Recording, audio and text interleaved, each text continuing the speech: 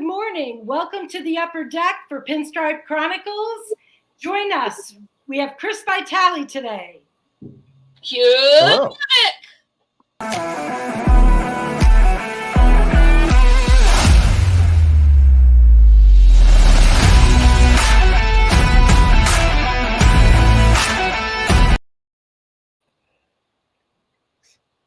Welcome to the Upper Deck for Pinstripe Chronicles. I'm Chris, that's Lynn, and we're here with Chris Vitale. He's the founder and editor-in-chief of Ball 9, also the owner of Big Fly Gear. Welcome, Chris. Hi. Good morning. We got a big show, man. This has been a week. Yep. And before we get rolling, because I always forget, let's call out the trivia question of the week. Good plan. People could put their thinking hats on while we bitch the rest of the time together. Yeah. So, thank you, Spencer. As usual, here we go. I'll make it a little bigger. Yeah. So, you know the preamble from Spencer always, right? The long-anticipated 4-game series with the Houston Astros finally arrived this weekend. It goes without saying the rivalry between these teams has intensified since the Astros became the alleged American League team, and they met in the first wild card game in 2015. These two teams have their share of historical moments, including this event that happened on April 9th, 1965. What was the event? Yeah. So something big happened on April 9th, 1965. And what was that event between these two teams? So get in your time travel capsules, think about it, and put your guesses in the chat. All right. Sounds good. In the meantime, do we want to start this week with the good news or the bad news? I mean, do we want to start out talking about the deadline? What do you guys think? How much good news is there?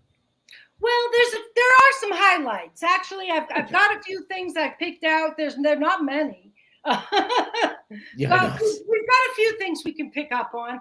But we definitely don't want to forget to give our opinions about what happened at the deadline, because even though I realize the topic's probably been hashed out on every podcast out there, I still want to put in my 2 cents. I'm sure you guys do too.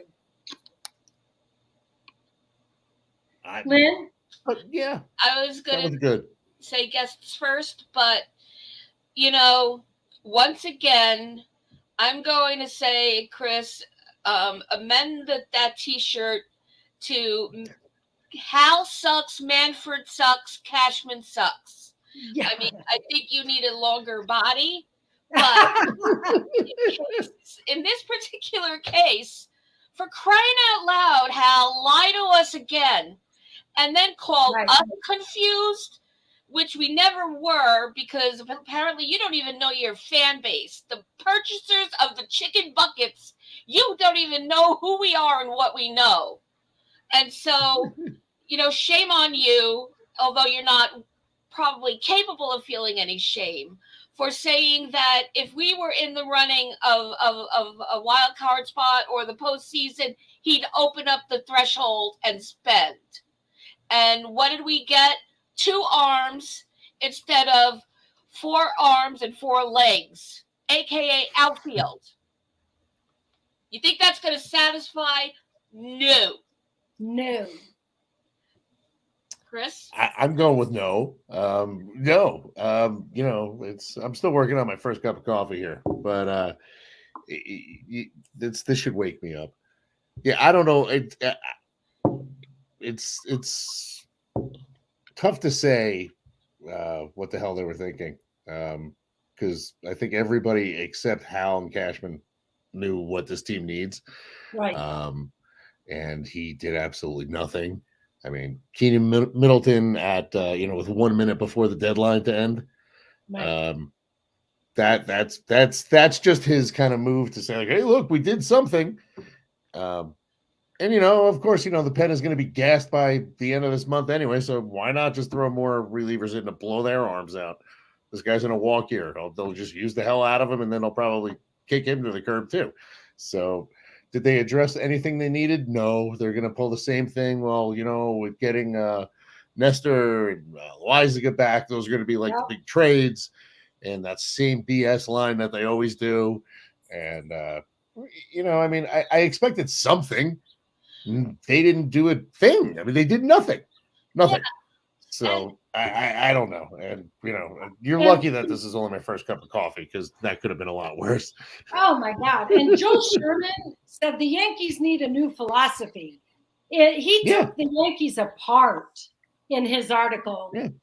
He said that their inability to significantly buy or sell or do anything that impacted, it was just that to impact this team in a positive way.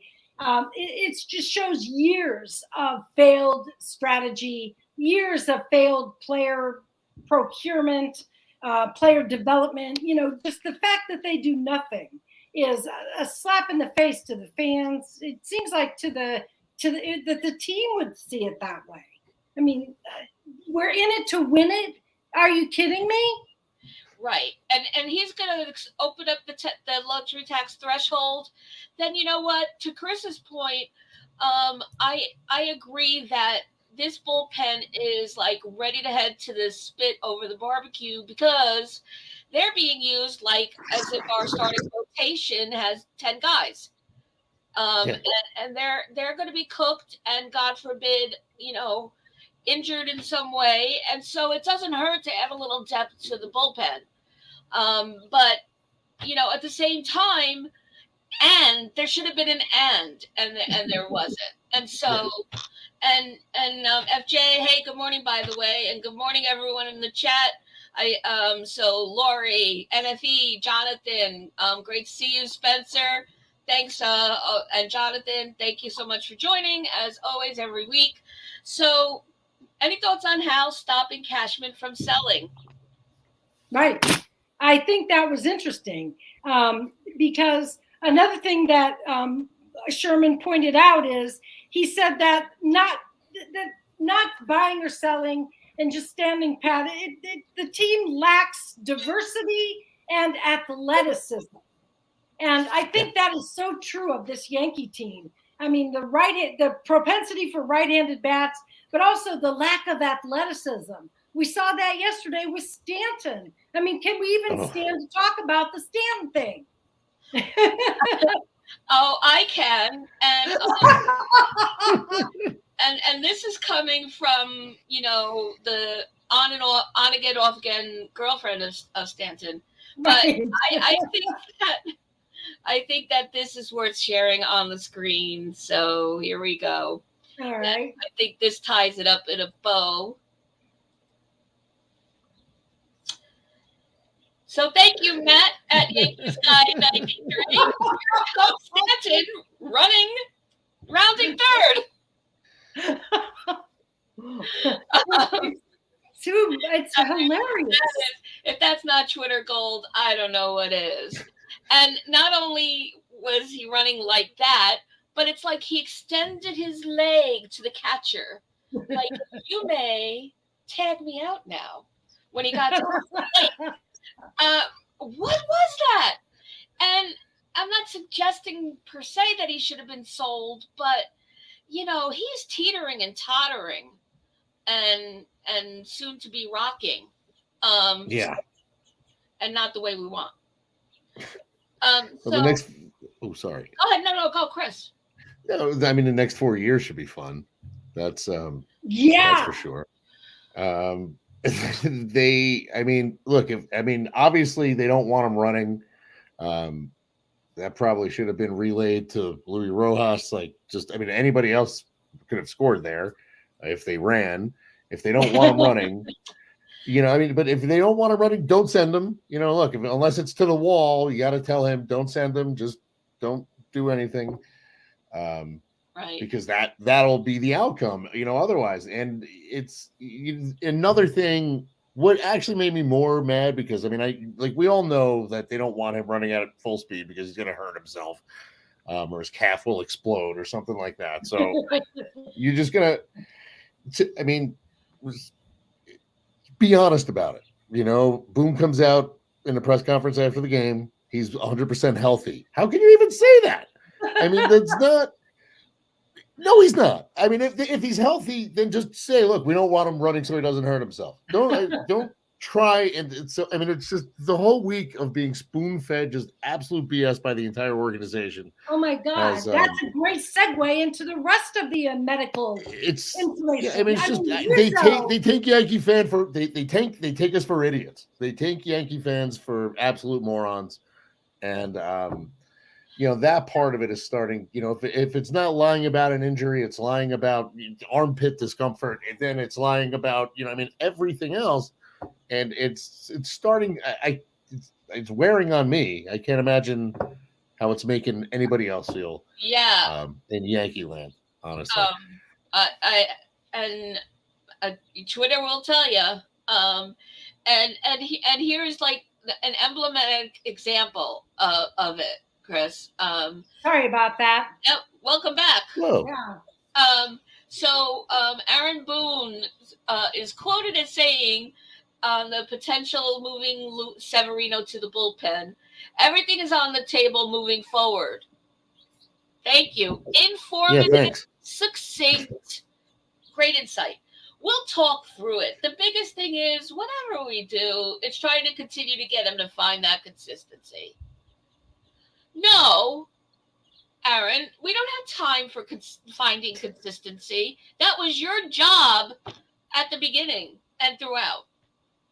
And I have a lot of sympathy for Sevy, because at least he shows like accountability, and this is tearing him apart.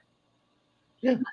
And so Didn't he call himself? He called himself the worst pitcher in the league the other day. I mean, and he's still going out there. I mean, he's not gonna. What's he gonna do? I'll take the ball, not go out and try and start. These guys are baseball players. He wants to help the team. It's a. Chris, do you think he's injured? I mean, is there something physically wrong with or I think the laundry list of injuries that he did have, shoulder, lat, I think he had a leg problem. I mean, everything just on top of each other. If he's still not hurt a little bit, I think he's being tentative and he's trying not to get hurt again. Right. So that tweaks his mechanics because he's trying not to blow something out. But he can just be done. I mean, when the entire one side of your body is hurt in one capacity over the course of a couple seasons, something's bound to, you're bound to lose velocity. He probably can't get the same movement that he had, and it sucks because I like Sevy. Don't get me wrong. I mean, I feel terrible for him, but Sevy was our ace. They should have put him in that situation every fifth day to go out there, and they're setting the guy up to fail. And I don't know if it's because he's a free agent and they're going to let him walk too, but it's he's not doing himself any favors in his contract year. But the Yankees aren't helping him at all either. They're not putting him in a situation to succeed. No, my God. And I think they're definitely going to let him go in free agency. And then my question is, for his sake, why not like sell him out when we had the opportunity to? Because his value is doing this and has been for a while. It's only going to be more of that for the next few months. I feel bad for the guy because there's plenty of examples of who we would love to kick to the curb. And on the other hand, though, yesterday Nestor came back and he looked like fantastic. Or am I wrong? Yeah, he looked great. He had good velocity. In fact, I think it was better than it had been before he went, right? I think I saw. Yeah. I mean, he looked great. I caught only the tail end of his performance, but everything I saw after the game, any highlights, anything like that, I went back and watched. So he looked excellent. I mean, you kind of wish that he was stretched out enough to go more than 64, 65 pitches, but he'll get there. I mean, again, that comes down to not killing the guys in the bullpen by August 15th. But, I mean, he'll get there, and he will help. I mean, I'm curious to see what the hell Rodon does today, if we get the good one or the bad one. And I just see that the comment on the screen, does anyone think something is bothering Rodon? And I think something's still bothering him, too, yeah. I don't think he's right. Right. But. Yeah, and I mean, he's had the opportunity to stretch out, but clearly, needs to get on a stretcher, and stretched. But I think that. Oh, and by the way, Nestor, who is not known for speed, 95.6 mile per hour pitch to get Tucker out, which was his career high. So. Oh wow. All right, that's a good sign of some stretching going on, but clearly an aberration until we know otherwise. But good to hear. Good to see. It's good to know you can reach back and hit that. I'm sorry. Yeah, and Karen, hey Karen, 8 strikeouts was more than I expected. I think he had a stellar outing, especially for a first time back. Right. What I'm wondering is, going forward, do the Yankees have enough starting pitching for the playoffs? I mean, since we made no moves of any kind, I assume Cashman thinks that we do. What is your opinion, Chris?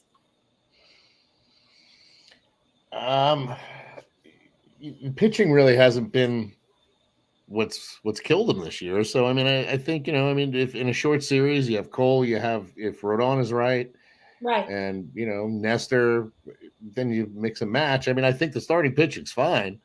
I mean, but they can't hit. It's not we can't expect them to go up there and hit. I mean, it's if they give you 6 innings of 2 runs or 3 runs, I mean, in the playoffs, that's about all you can give up. But if you can't hit, I mean, it's not the starting pitching I'm worried about. Nope. It's the bullpen. I mean, because by October, like you guys said, I mean, they're going to be shredded. Right. They're going to be gassed. But it's a bullpen at the moment, though. Yeah, I mean, I think they still have the best bullpen ERA, if I'm not mistaken. I think they do. I mean, Holmes looks great. He's been very consistent, amazingly. Yeah, you're going to get Loizaga back. Right.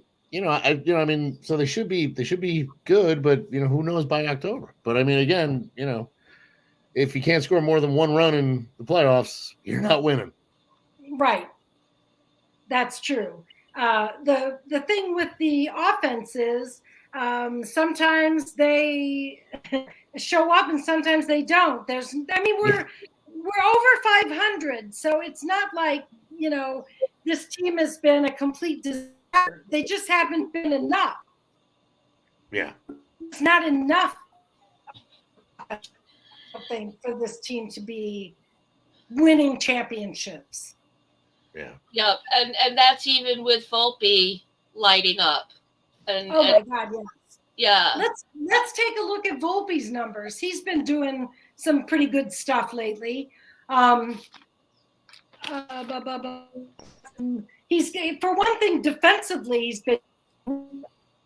he's the 3rd best defensive, shortstop in the league right now. That's a positive, right? Absolutely. Rookie, absolutely. As a rookie, right? He's got 11 DRS, that behind Franco and Swanson, and so he's, definitely doing something right out there.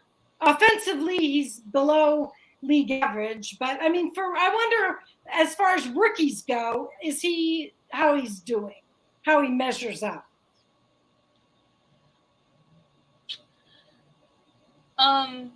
Well, I have a tweet here that over the last 12 games, his batting average is .303. Oh my God. His on base percentage is .410. Slugging is .485. OPS is .895. Yeah.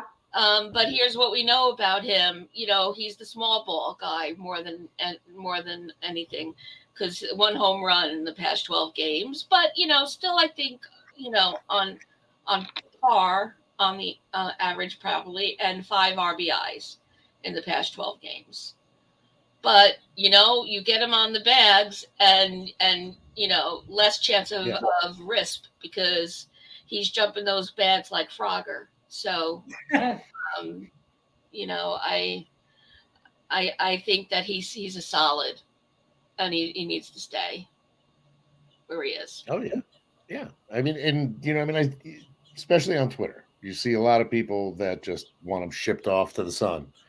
I mean, look, he's the rookie. You knew this was going to happen when you put him in there. If the guys around him were doing what they should be doing, you wouldn't even notice. You wouldn't notice anything about him. I mean, it's you can't put it on his shoulders to try and save the entire offense. And you know what? If everybody else around him, like Stanton, LeMahieu, and Rizzo, which that's a different story. If these guys were hitting around him, you just wouldn't bat an eye at whatever he's been doing. His numbers would probably be better anyway. I mean, you're coming up with guys on base, and I mean, they were going to pitch guys differently with some lineup protection and everything. I don't know. I don't think he's been as bad. I mean, is he a rookie of the year? Absolutely not. No. Is there room for improvement? Absolutely. But I mean, I can't blame him. I mean, no, and I agree with that wholeheartedly. And I know it's the Peraza Volpe thing is going to continue, but overall, I think we have enough information that he should stick, and that's not devaluing Peraza in any way. But I love Peraza too. Yeah. Yeah. What a nice conflict to have. And good morning, Michael. Thanks for joining. So good morning and WTF with this. I wish we, please tell us in the chat your point of view there. I'm really interested in knowing how you think he's been a huge disappointment. Now what about, we didn't talk about the whole Rizzo fiasco yet. What about that? I mean, is it your experience that someone is concussed 2 months later, that diagnosis comes down like 2 months after the fact? Go ahead, Chris. Oh, okay, great. I mean, that was crazy. I don't know what in the world is going on with the medical staff and how they can't diagnose anything.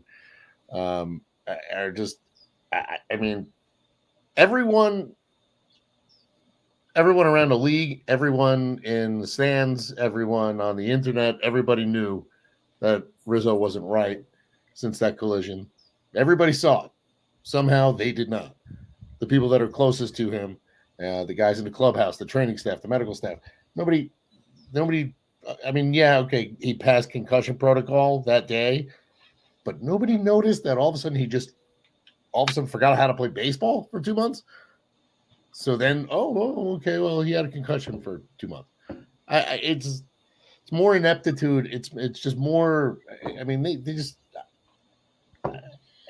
that one left me speechless. That they keep trotting this guy out there for 2 months, who has a medical history too. I mean, it's not like he's been the pillar of health his entire career. So you run him out there every day, for 2 months. I mean, if he gets another shot to the head, that's it. His career's over. I mean, then you're talking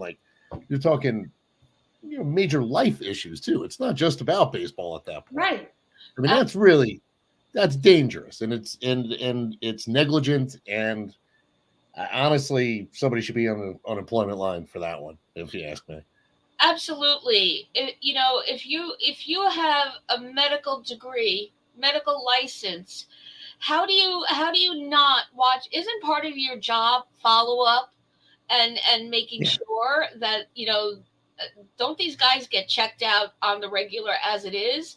And when you add to the list, hey Rizzo, let me run a quick mental status on you. Let me just the fundamentals that and I don't even play a doctor on TV, but you would think that.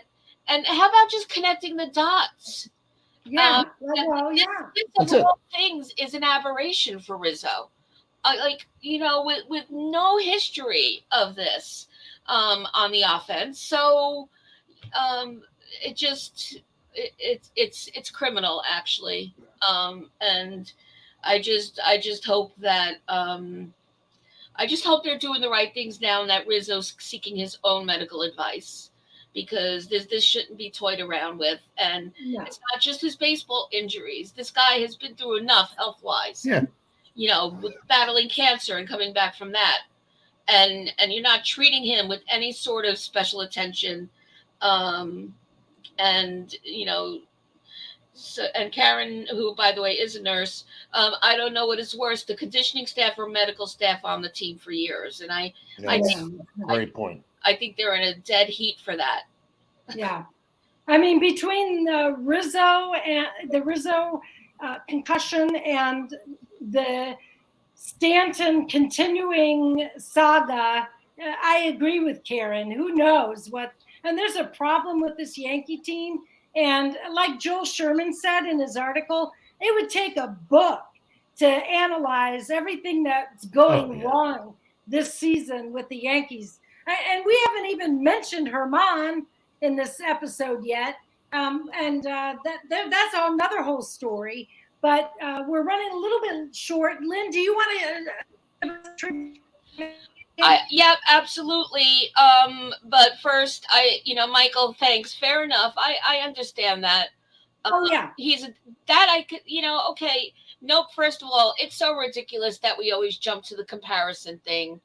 And so no one should be compared to Jeter. No one should be compared to Ruth. No, or any Hall of Famer or any former captain. And so if that's where you're coming from, I get it 100%. And I appreciate you answering me back. And so just to recap, and I want to congratulate, as a spoiler alert, Lori and FJ, who got it right. The question of the week was, the Astros and the Yankees have their share of historical moments, including an event that happened on April 9th, 1965. What was the event? And the event was Yankees and Astros played the first ever game in the Astrodome, the first indoor Major League Baseball game. Oh, wow. That's cool. Excellent. That was a goodie. Chris Vitale, you have any last thoughts, remarks? What are you thinking about today? Are we tying? Are we winning? If I knew which Rodon was going to show up, I would have a better idea. I mean, that's the thing. I think it's going to be a good litmus test to see where he's at. I mean, I'm hoping he doesn't wind up on a Phantom IL stint too. Right. Did he rush back? I have no idea. It's going to come down to the offense. I have to assume after a game like yesterday, Houston's going to score a couple runs. You just have to, kind of keep the bleeding to a minimum. I think it's, and if the Yankees bats show up today, then I think at the very least they're going to come out of this series with a split, which is exactly kind of what they need, and I would consider that a success in this situation. But again, you got to win series, and if they can win today, that's a step in the right direction. Nothing would make me happier than a split. I mean, I'd love to, Sad to say, but it's true. It is sad to say, but true. But also because going forward, that means that almost anything's still possible for this Yankee team. And I have to think that way or stop watching. So I'm hoping the Yankees can win today. And going forward and make the playoffs, but it all depends on an offense that's been inconsistent and pitching that has been unproven so far. But maybe today is another step forward for Rodon. I hope it is, desperately. Michael, you're turning into my new best friend. I love your prediction there. Yes, that's a good prediction for sure. Well, thank you, Lynn. Did you want to shoot out a prediction? I'm going with my BFF, Michael. I'm going to ride or die with him on that. And I want to mention that this coming week, before we see you again next Sunday, we're facing the White Sox, and then we're facing the Marlins. So here's the question: for a change, will we be facing teams that should be easy wins for us and actually do it and take the series? And will next Sunday not be Rubber Game Sunday against the Marlins, for crying out loud? That's my. All right. Well, thank you so much for joining us, Chris. We really appreciate it when you come on. And thank you, chat. And thank you.